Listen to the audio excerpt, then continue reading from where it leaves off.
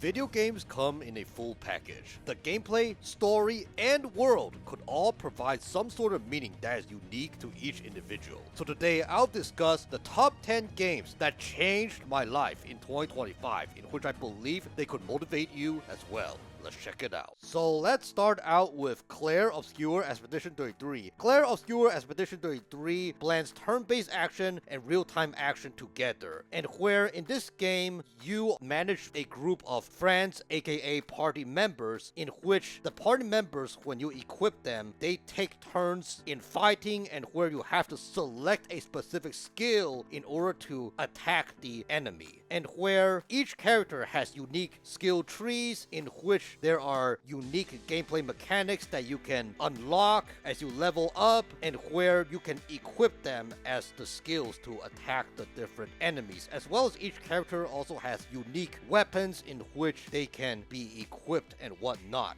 Now, as far as during combat, like I said about how you select a specific skill to attack the different enemies, the thing about that is when you select a skill, you will automatically get into real-time action mode, in which there will be a button prompt on the screen and where you must execute the move, aka press the button at a specific timing, and the more accurate you are with timing your button input press, the more damage you will deal with the enemy. It is a really fun game in which I find myself really addicted with the combat and whatnot, and there's also a beautiful world where there are various places to explore in which I can really sink my teeth in. And most importantly, as I go about adventuring in Clair, Obscur, Expedition 33, it makes me feel like I am part of the team of friends that are going out there and making a difference. I'm not going to give you any spoilers, don't worry, but basically it just makes me feel as if I'm in there with them. It's just really immersive and engaging. Now, as far as Clair, Obscur, Expedition 33 goes, why do I say that it is one of the games in which it changed my life? The thing about this game is that as I go about and learn more about the characters, the story,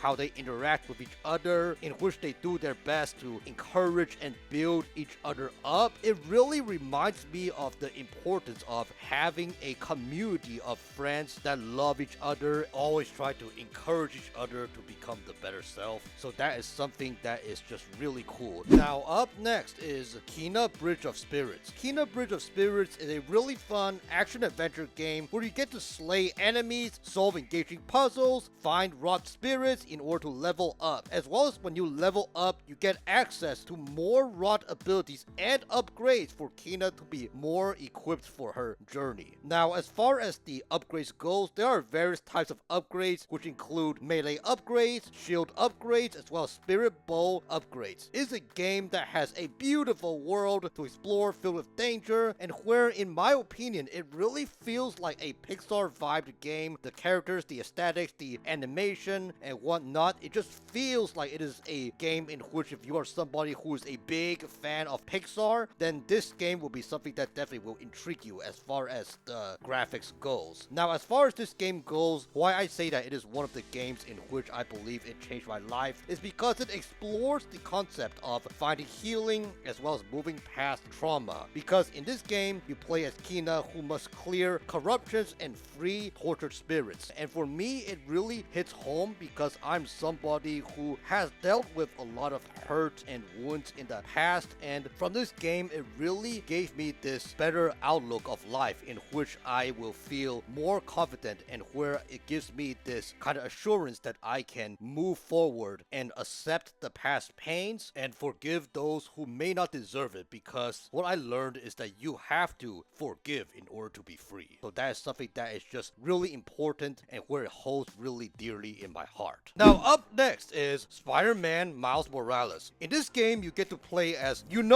Miles Morales, in which when you play as Miles, you gotta help him balance his personal life while also protecting New York City, the residents, from a deadly virus. Now, the thing about, Spider-Man Miles Morales is that in this game, we see in the beginning where Peter, which is the other Spider-Man, he's gonna be gone on a trip for a few weeks, so Miles basically has to cover for him. He has to be the person who guards the fort and basically protects the residents. Peter is gone to take care of other business and Miles has to take over. Spider-Man Miles Morales, what I actually really love about Spider-Man Miles Morales is that I really love how you get to explore New York City, where you stop those different crimes, as well as I really love those different attacks, the attack moves like the Venom attack, which is just really cool and really fun, and where you just blast at those different enemies and whatnot. I love that inclusion of it, as well as I really love, as far as the game goes about the side activities, is having the ability to clear out those different Roxxon labs and hideouts, which is basically story related. I won't give you any spoilers, don't worry, and where you get to fight those different waves of enemies when participating in those different activities. As well as what I really love about Miles Morales is that compared to Spider-Man 2018, I feel like they really improved on the various challenges. Now, Spider-Man Miles Morales, even though there are, stealth challenges, combat challenges, traversal challenges, what's cool about these challenges is that these challenges work as a way for Peter being a mentor and teaching Miles the ropes on how to literally survive and protect the people in New York City. And the thing about those different challenges, what's really cool about it is that they have a lot of spice to it. For example, you could have one combat challenge in which you have to kill the enemies by launching them in the air, and while another challenge could also be a combat challenge where you basically have to kill the different enemies without taking damage. That's what I kind of remember, is that even though there are various challenges that may be labeled as the same kind of category, like combat, stealth, or traversal, but there are also those objectives in those different challenges that brings about the spice to the different challenges. It is not straightforward like Spider-Man 2018, where, a stealth challenge is just where you take out those different enemies stealthily, and where a combat challenge, you're just basically racing in the time to kill those different enemies at a specific time. No, Spider-Man Miles Morales, the thing about those challenges is that there is extra spice to it. There are specific things you have to do even in those specific category of challenges. So that is something in which I really love about Spider-Man Miles Morales, much more than Spider-Man 2018. As well as I really love about Spider-Man Miles Morales, the story of it. I love how, Miles is just growing up and basically just learning about what it means to cherish his family life, to care about the things that matter to him the most. And there's also these struggles in Miles' complicated life in which I just feel really touched as well. This in itself really makes me feel like I had to put this on the list of games that really changed my life, because Miles Morales, I can relate to him quite a bit. I was somebody who was not that confident, and where I a lot of times am not open even to the people that are close to me and where I ought to trust, especially, figures like parents and whatnot. But Miles really taught me that it is okay to open to people that are close to me. Sure, the outside world may not have to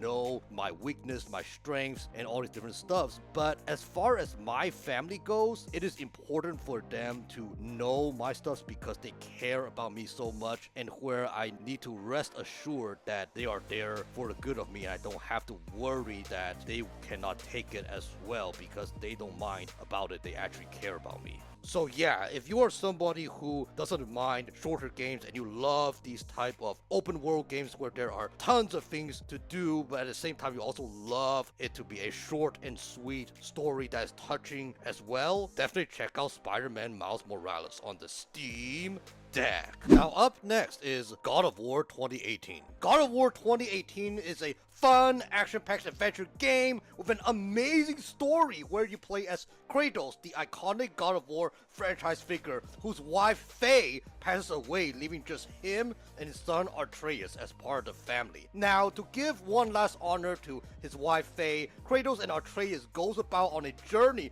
to the highest point of the 9 realms based on Norse mythology to spread the ashes of Faye. Throughout the journey, there are plenty of moments where Kratos taught Atreus how to grow and mature into a man both physically and mentally, such as helping him learn how to hunt as well as learn to control his anger. And those moments are extremely impactful. As for the action side of things, there are plenty of enemies to fight using various weapons such as the Leviathan Axe and later the Blades of Chaos, each having their own strengths and weaknesses. It is just so immersive and so engaging and so fun as well as so touching. But what I also love about God of War 2018 is that it also incorporates those RPG elements where you get to tinker your gear as well as learn new skills in fighting. So yeah, if you really love these action-packed games with an impactful story and a beautiful world where you get to get immersed in, definitely check out God of War 2018. Now up next is Sunset Overdrive. Sunset Overdrive is an open world futuristic game set in the year 2027. In this game, you get to freely explore this fictional city called, you know it, Sunset City, and where as you go around in parkour style, you can wall run, you can grind rails, you can zip line, air dash, and many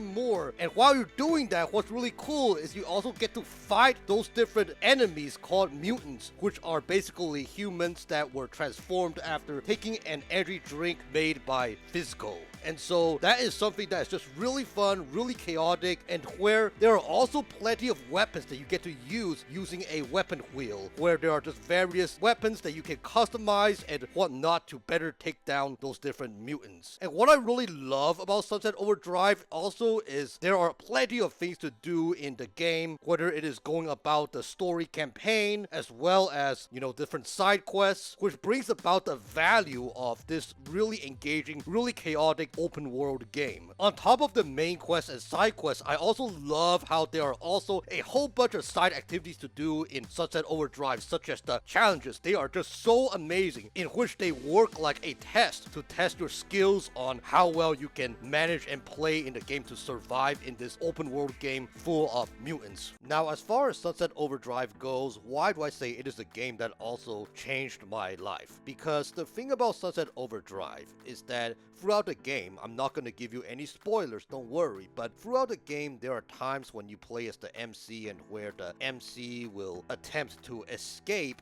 from all these different tragic events with the mutants dominating the city and whatnot. So the thing is that I feel for the MC as he attempts to escape, because I feel like if I was the MC myself, where I'm in a city where there are all these mutants coming at me and nothing but darkness lying ahead, it is really easy to attempt to want to escape that nightmare that is actually a reality. However, there are always pros and cons. The grass is not greener on the other side, because let's say if I escape from this area, I would have to build new connections, new friendships, and as I'm getting older, to be honest, building new friendships, they may not be as easy as before, because a lot of people are not so open nowadays. A lot of people have their own cliques, and they're not necessarily people that are easy to invite new people in, so it is very hard to re-establish yourself. At least that's just me. That is something in which Sunset Overdrive really taught me, is that the grass is not always greener on the other side. Sure, if I escape, I would be able to live, possibly, but at the same time, there will be a time where I have to deal with loneliness, potentially.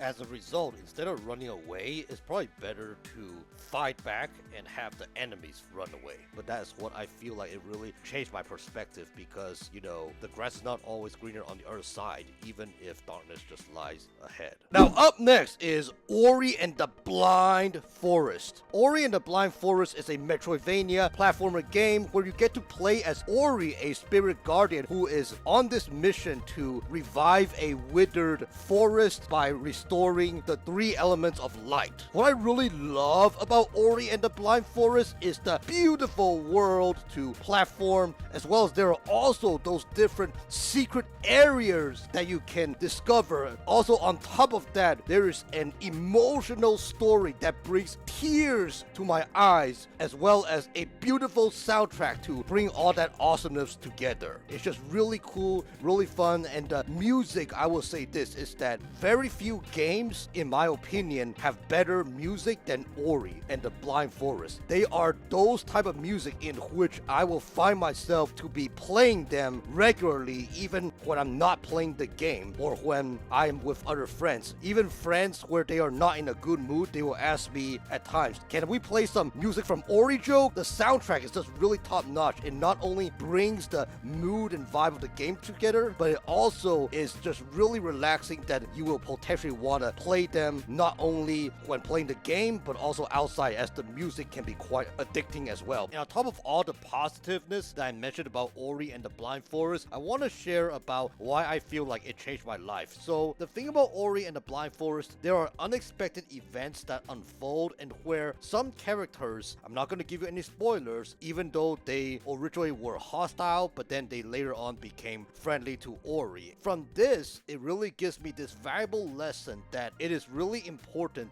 to, from time to time, give people chance. Obviously not make them take advantage of you, but you get the point. To always trust that there could be hope, that there will be other people who turn from bad and they become good. Because a lot of times the people that are bad, it more or less is due to their insecurities, or sometimes it could be from their past history of wounds and hurts. And so the thing is that there could be a potential for even people that are evil to turn good as they find healing. So that is something that really taught me as far as Ori and the Blind Forest goes. Now up next is Shadow of War. I love Shadow of War so much more than Shadow of Mordor. It is just the bigger brother to Shadow of Mordor, with a much bigger world to explore, a much bigger world to roam, as well as different enemies to fight, as well as there are also more side quests, and as well as there's also a bigger and better variety of weapons. That's what I really love about Shadow of War. But what I am impressed mostly about Monolith Productions is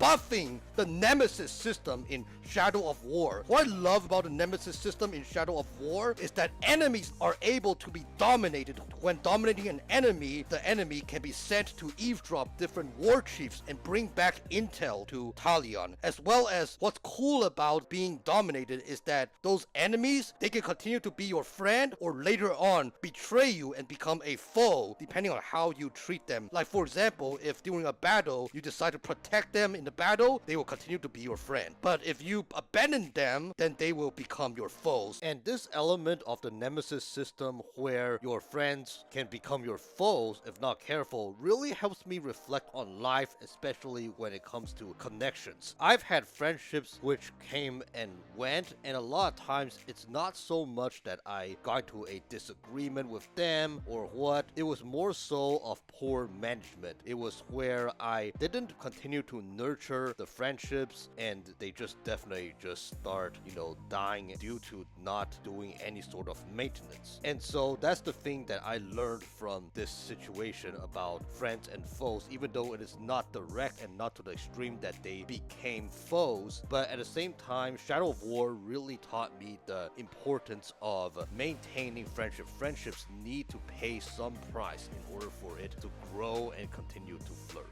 Now up next is Persona 5 Royal. In Persona 5 Royal, you play as a high school protagonist codenamed Joker, who is wrongfully accused of special misconduct and sent to Shuten Academy for an entire school year due to probation. At the school, he gets to meet new friends, and suddenly they all witness a mysterious app being planted in their phones, which give them access to the metaverse, aka the cognitive realm of corrupt adults, where the friends must fight the shadows in there and quote-unquote steal their treasure, which forces a change of heart in which the individual will confess his or her crimes in real life. What I love about this game is that it is a perfect blend between turn-based RPG as well as high school simulation. Because the thing about Persona 5 Royal is that even though a lot of it involves you going in those different dungeons where you fight those different shadows to cause a change of heart in those different corrupt adults, but also a lot of the game involves you being a high school student, going to school, studying, as well as taking those different tests where you're able to increase and rank up those different stats. And what I also really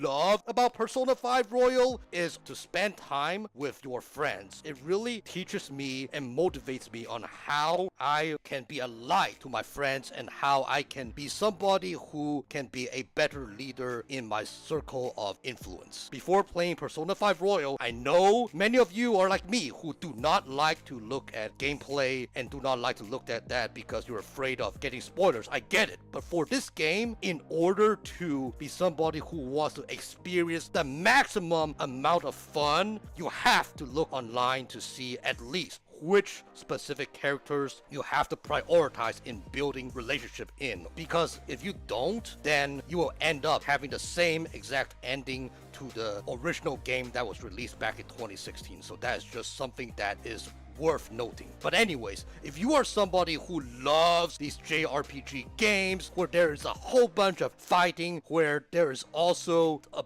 whole bunch of great characters as well as an amazing story where it brings about all these different life lessons that will speak to you in many different ways, and you also love games that have amazing soundtracks that bring about extra spice to the vibe of the game, definitely check out Persona 5 Royal. Now up next is Hellblade: Senua's Sacrifice. Hellblade: Senua's Sacrifice is a beautiful action-adventure, story-rich game set in a dark fantasy world with Norse mythology lore to it. In this game, you get to play as Senua, a picked warrior who has to travel to Helheim in order to rescue the soul of her significant other from the goddess. Now, throughout the journey, there are various puzzles to solve in which you really gotta pay attention to every bit and piece of the specific puzzles in order to solve, as you really have to hone in at every hair of the grass as well as pay attention and look carefully at the surroundings, maybe turn the angle and whatnot. You have to do all that in order to solve various puzzles, because some of the puzzles can be a bit tricky if you are not good at paying attention to the surroundings, and the puzzles oftentimes involve